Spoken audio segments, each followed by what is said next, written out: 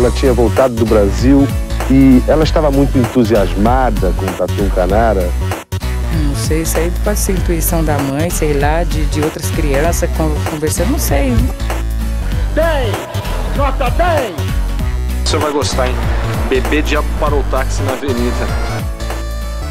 Ao vivo? É muito pior.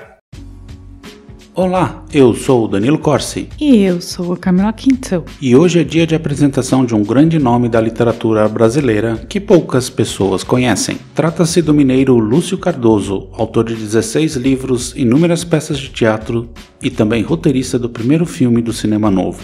Morto aos 56 anos, ele também foi uma das primeiras personalidades a assumir abertamente sua homossexualidade e também exerceu uma enorme influência em Clarice Lispector. Venha conhecer esse escritor, muito afeito à maldade humana, à morte e às sombras. Um verdadeiro gótico brasileiro. Mas antes, nossos patrocinadores. Primeiro, o SiteGuy.dev. Se você precisa de um site para o seu negócio, a empresa que você trabalha está com um site para lá e ultrapassado, fale com o SiteGuy. Eles vão resolver isso rapidinho. E se falar que veio daqui, ainda ganha descontos. E agora, Camila, o que o Drinco nos mandou hoje? O vinho de hoje é o Chitão Reserva Rioja DOC 2016. Um vinho espanhol feito com um blend das uvas Garnacha, Tempranillo, ideal para beber junto com um belo assado de carne. Tem que aproveitar que o preço baixou, né? E este vinho está por R$ 149 lá no drinco.com.br. Se quiser investir num bom vinho, aproveite. Brinde história? Tchim, tchim. Tchim, tchim.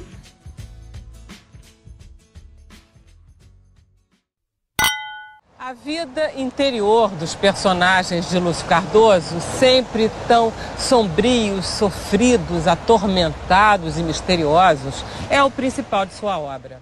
Antes de mais nada, devo dizer que essa pauta de hoje foi uma bela de uma carteirada que eu dei. Tudo bem que esse episódio possa flopar, como foi aquele do Heleno lá no comecinho do podcast. Mas o Lúcio Cardoso é gigante, nem preciso comentar nada, né? Basta uma pesquisa rápida no Google que todo mundo vai entender do que eu estou falando. E não é que eu estou trazendo aqui o poeta Jururuba de Jundiaí, mas sim o cara que influenciou Clarice Lispector.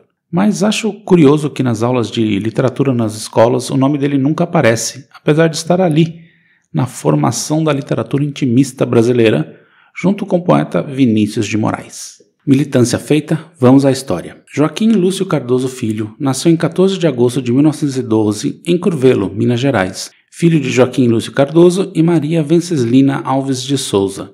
Ele era o mais novo de 6 irmãos, e ele tinha 2 anos quando sua família se mudou para Belo Horizonte, onde fez seus estudos primários. Em 1923, mudou-se para o Rio de Janeiro quando é matriculado no Instituto Lafayette.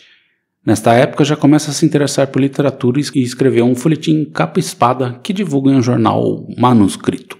Devido ao seu desinteresse pelos estudos, sua família resolveu levá-lo para Belo Horizonte e interná-lo no Colégio Arnaldo. Com 15 anos, tendo concluído o ginásio, ele volta para o Rio de Janeiro. Como é que esse colégio chama Arnaldo? Arnaldo. Tipo um Arnaldo sem sobrenome, né? Sem sobrenome. Tipo, eu nunca tinha visto um colégio assim. Não, deve ter, mas eu não achei a referência do nome completo no colégio. Tá, desculpa. Na volta ao Rio, o desejo por escrever continuava a ser muito grande. Não se cansava de deixar no papel vários contos, poemas e até uma peça de teatro, Reduto dos Deuses, que caiu nas mãos do escritor Aníbal Machado, que viu muito potencial no jovem Cardoso. Nesse período, ele também mandou as favas do ensino formal para se dedicar à escrita. E não dá para dizer que ele não se esforçou. Ao longo de 7 anos, Lúcio Cardoso escreveu diversos romances, além de fundar 2 revistas, A Bruxa e sua revista, todas de cunho literário, onde também poderia lançar seus textos.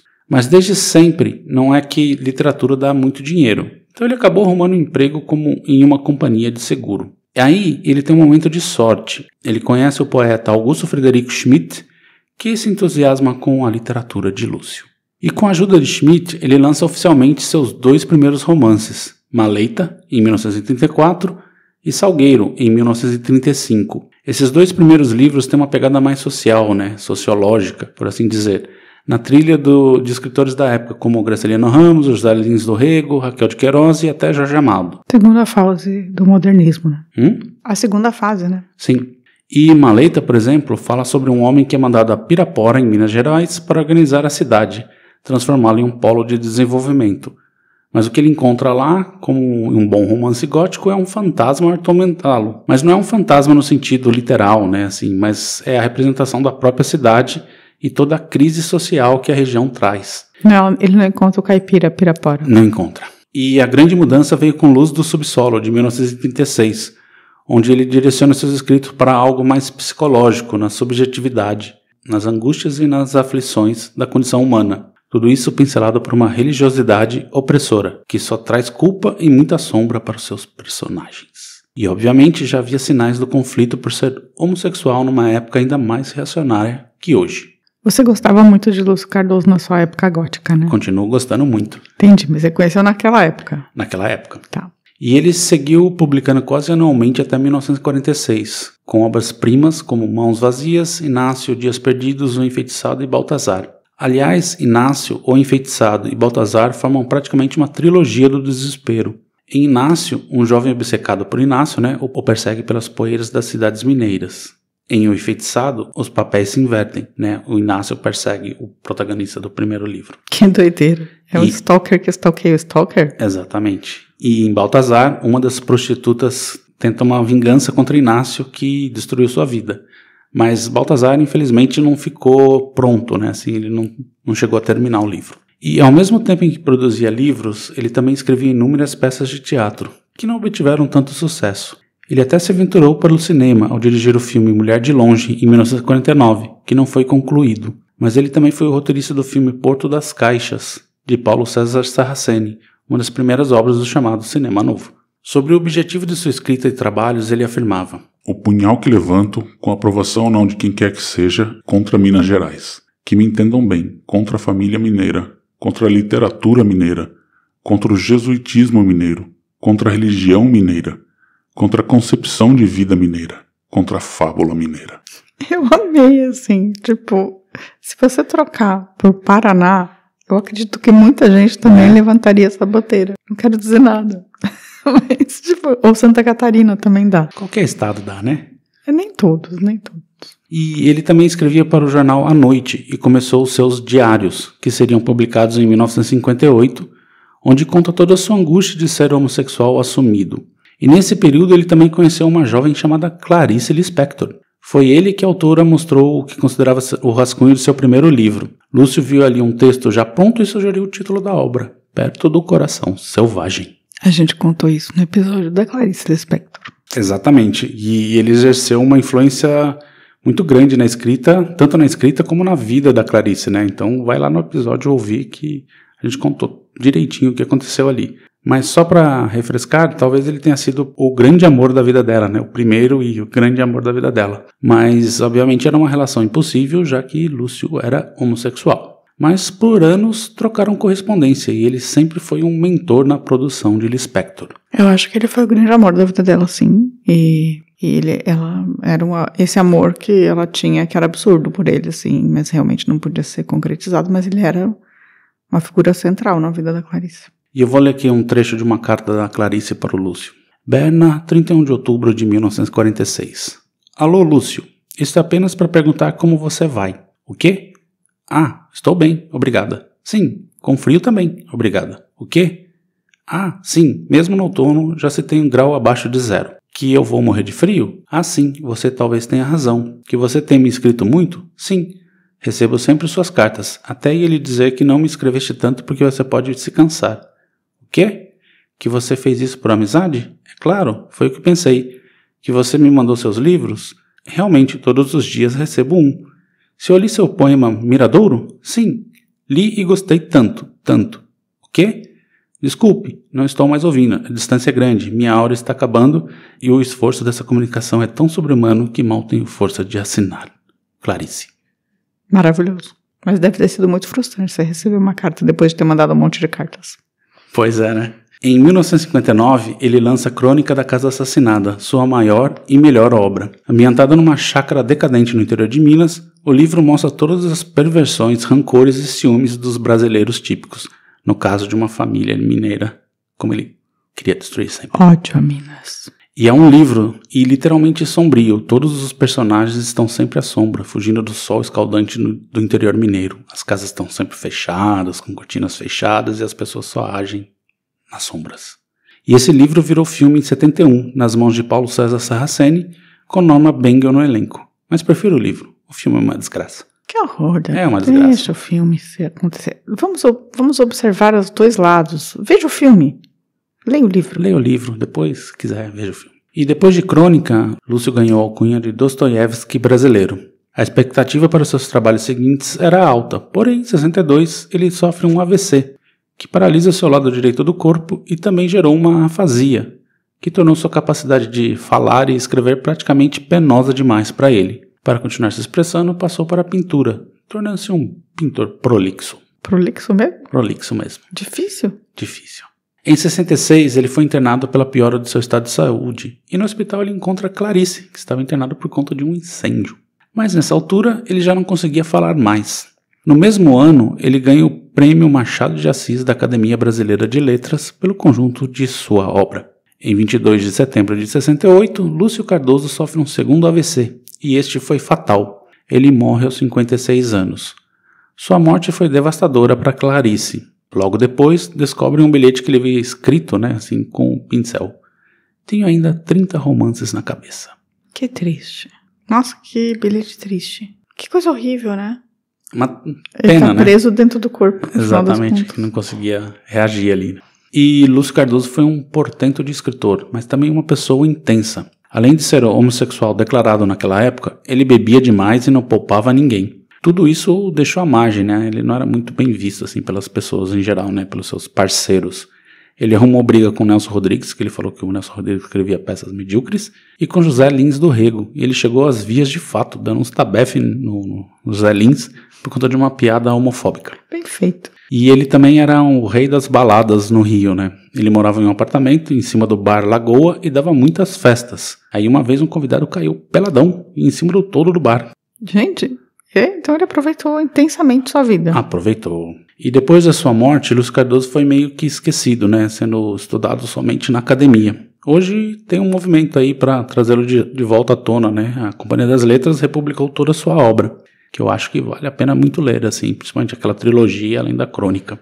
E, para terminar, vou ler um trecho dos diários dele, que é uma bela ideia do que se pode achar na literatura de Lúcio Cardoso. O meu tempo de estudante é composto de vários fragmentos, pois estudei em 4 ou 5 colégios diferentes. É verdade que, tudo somado, a experiência é a mesma. Não ando longe de afirmar que era uma certa repulsa que meus professores sentiam em relação àquela criatura selvagem, silenciosa, que não penteava os cabelos e não prestava atenção a coisa alguma. Não me era difícil perceber que alguma coisa se passava. Mas só hoje posso considerar tranquilamente que no íntimo eles me achavam um caso perdido e me tratavam como uma espécie de exemplo a não ser imitado. Não é preciso dizer que não tinha amigos que não o suportavam também. Nessa época, tudo para mim era desordem, mal-estar, escuridão. E aí, Camila, já leu Lúcio Cardoso? O que você achou da história dele? Eu já li Lúcio Cardoso, sim, mas faz muito tempo, assim. E eu não lembro muito bem. São fascinantes as histórias dele. Eu lembro de ter gostado, mas eu não lembro muito bem das histórias, assim, faz muito tempo, assim, vamos dizer mais de 25 anos, talvez.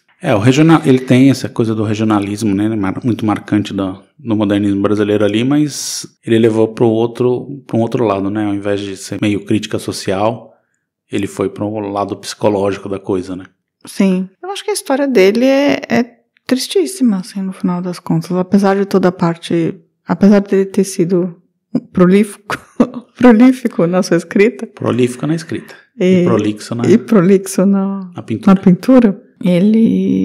Eu acho que é uma história triste, uma história que passa por incompreensão, Sim, é uma pena que, assim, ele teve o AVC logo, assim, muito na sequência depois dele ter escrito a sua obra maior, até, assim, depois ele não pôde mais escrever depois disso, Uhum.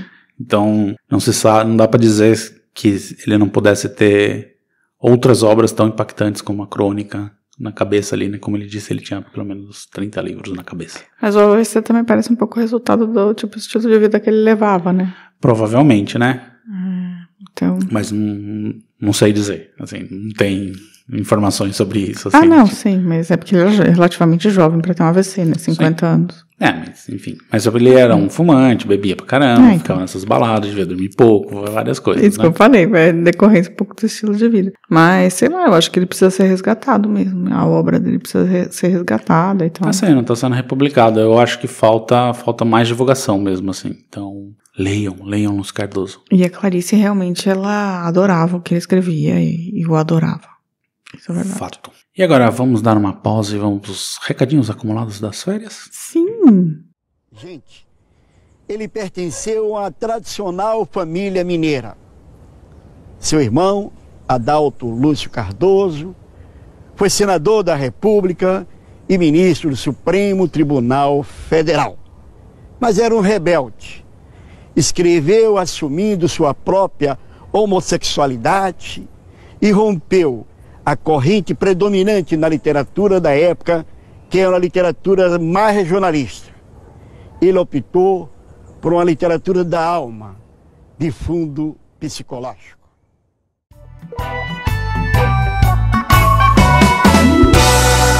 Recadinhos. Camila, se alguém aí também quer fazer uma ode contra algum estado e quiser contar pra gente, como faz? Primeiro, usa o TikTok, porque hoje em dia já não dá pra fazer uma ode em muito outro lugar não, sabe? Usa o TikTok, faz a ode lá em vídeo, e aí manda pra gente o link por e-mail, pro contato@muitopior.com.br, ou nos comentários do próprio site, muitopior.com.br, ou você pode também colocar no YouTube um comentário, mandar por direct no Instagram, no Facebook, no Twitter, fazer comentários nessas redes também, ou seja, né, infinitas possibilidades de você falar mal de Minas Gerais ou qualquer outro estado que desejar. Olha aí, maravilha. E nos recadinhos, para começar lá no Twitter, eu acho que eu separei todos, mas eu não tenho certeza, se eu esqueci algum, me desculpe. Um salve pro Cláudio Chuba, pro XYZ e pra Raquel. Lá no YouTube a gente tem alguns comentários. Lá no episódio do Júlio Barroso, o Guido Aliança falou: pena que não temos um registro com o Júlio numa entrevista. Não me lembro se tem, talvez tenha, mas não tenho certeza. No episódio da morte do Teori Zavascki, a pedagogia do oprimido falou que creio intimamente, aleatoriamente. Que coisa mais críptica. Também na morte do Teori Zavascki, a Andrea Cubinhas falou que eu acho que na verdade quem sabotou o avião foi o comunismo. Só pode. Beijos. Sempre ele. Marxismo. Leninismo. O Anderson Leandro falou que pegar o busão igual os réis mortais nem pensar. Quem tem dinheiro quer ganhar tempo. E no final perde a vida. Boas férias. Obrigado. As férias foram ótimas. Foram. E no Bandido da Luz Vermelha, a Andrea Cubas também falou que que ela não acredita que o Bandido da Luz Vermelha é um mero copycat, que o mundo dela caiu. Não é pra tanto, né, Cubinho? A vida dela foi uma mentira. Não é pra tanto, né? Não é pra tanto. Mas sim, ele foi um copycat. O que eu torno um pouco mais ridículo, né, ainda. Pois é. E lá no Spotify, no episódio do Teori Zavascki, o Nan 1922 falou que foi no dia do aniversário dele, ou dela. Que tristeza. E lá no Meta, que é Instagram e Facebook, a gente tem uma série de mensagens. Primeiro, no episódio do Criptídeos, no Chupacabras, temos a Letícia Bros falando que amou muito o episódio, achou muito interessante. Obrigada. A Ark Steinleitão, né, a Helenara Stein, falou que, olha só, eu nunca tinha ouvido falar do Jacaré Luminoso e nem sabia que tinha o Lago Itapuã em Viamão, aqui no Rio Grande do Sul. Antigamente, ver corrida de jacaré era gíria de quem ia namorar nesses locais. Mas nesse lago parece que tem jacaré. Será que é uma corrida de jacarés luminosos? E ela disse que é jacaré mesmo. Se é brilhante, ela não sabe. Ela espera que a gente tenha pegado muito calor na Itália, vendo as fotos do incêndio na Sicília. Apavorante. Que a gente não tenha pegado muito calor. A gente pegou muito calor. A gente pegou muito calor. Pegou tipo 42 graus. Que foi uma coisa, a primeira vez na minha 43. Vida. Mas... Muito incêndio, né? A gente não pegou o incêndio. Não, a gente não viu nem incêndio. A gente viu que estava pegando fogo no sul e caindo o mundo no norte. Mas a gente tava bem, a gente tava no sol. E aí ela só faz a última observação que ela falou, acabou trocando Tarumã por Itapuã, que também é em Viamão. Itapuã não é a praia na Bahia? Parece que tem no sul também. No episódio do Teoria Zavascki, a Helenara também falou que lembra das teorias conspiratórias a respeito. No velório, o ambiente ficou tenso quando chegou o Temer. Acho que a Carmen Lúcia meio que se afastou. Mas memórias podem ser fantasiosas. Não afirma nada. Mas lembra bem de reportagens falando que logo em seguida viram uma mulher, a mãe ou a filha, pedindo socorro no avião. E realmente, tanto o UOL como o G1 noticiaram isso. E em quase todos os acidentes, o piloto é sempre culpado, porque já morreu mesmo. Pode ser que nesse caso seja, mas pode ser que... Piu-piu. A Samantha Costa também no mesmo episódio falou que o CENIPA tem caráter investigativo e não punitivo. Por isso tem uma equipe multidisciplinar para trabalhar nos casos. Casos de erro humano na aviação geralmente são causados por algum procedimento que não está adequado ou foi feito de forma errada, como querer pousar sem condições de visibilidade. Sim, o cara forçou a mão. O famoso forçou a mão, né? Le Pena falou, conheci vocês outro dia, está amando e maratonando. Ah, bem-vinda, Le Pena. É menina? Não sei. Bem-vindos. No episódio da Carolina de Jesus, a Papalati falou que gostou muito do episódio. Muito obrigado pela história. Ela é uma nova ouvinte e está maratonando tudo. Super. Parabéns pelo trabalho. Obrigada.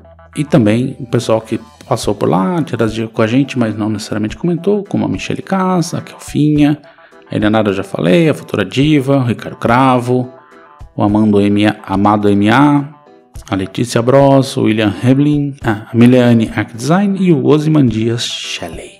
Eu também queria dar um salve pro Emerson Lema, meu amigo que falou que ouviu depois de muito tempo um dos episódios e começou a gostar do podcast. Eu achei engraçado, mas assim, ele achou que a gente melhorou muito e curtiu muito, achou que a gente tá super profissional e até deu uma ideia de pauta pra gente. Olha aí. Estamos melhorando, viu? Até quem tinha desistido voltou. Olha só. Obrigada, Emerson. Fomos clonados. Clonados? Trocaram a gente igual a Avril Lavigne. Temos novos apresentadores que são clones. Não sei. Inteligências artificiais. Somos no chat GPT dos podcasts. Exatamente.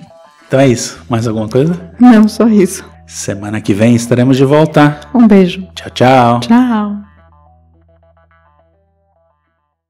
A vida é muito pior. Esse episódio é um oferecimento de trinco.com.br e siteguy.dev.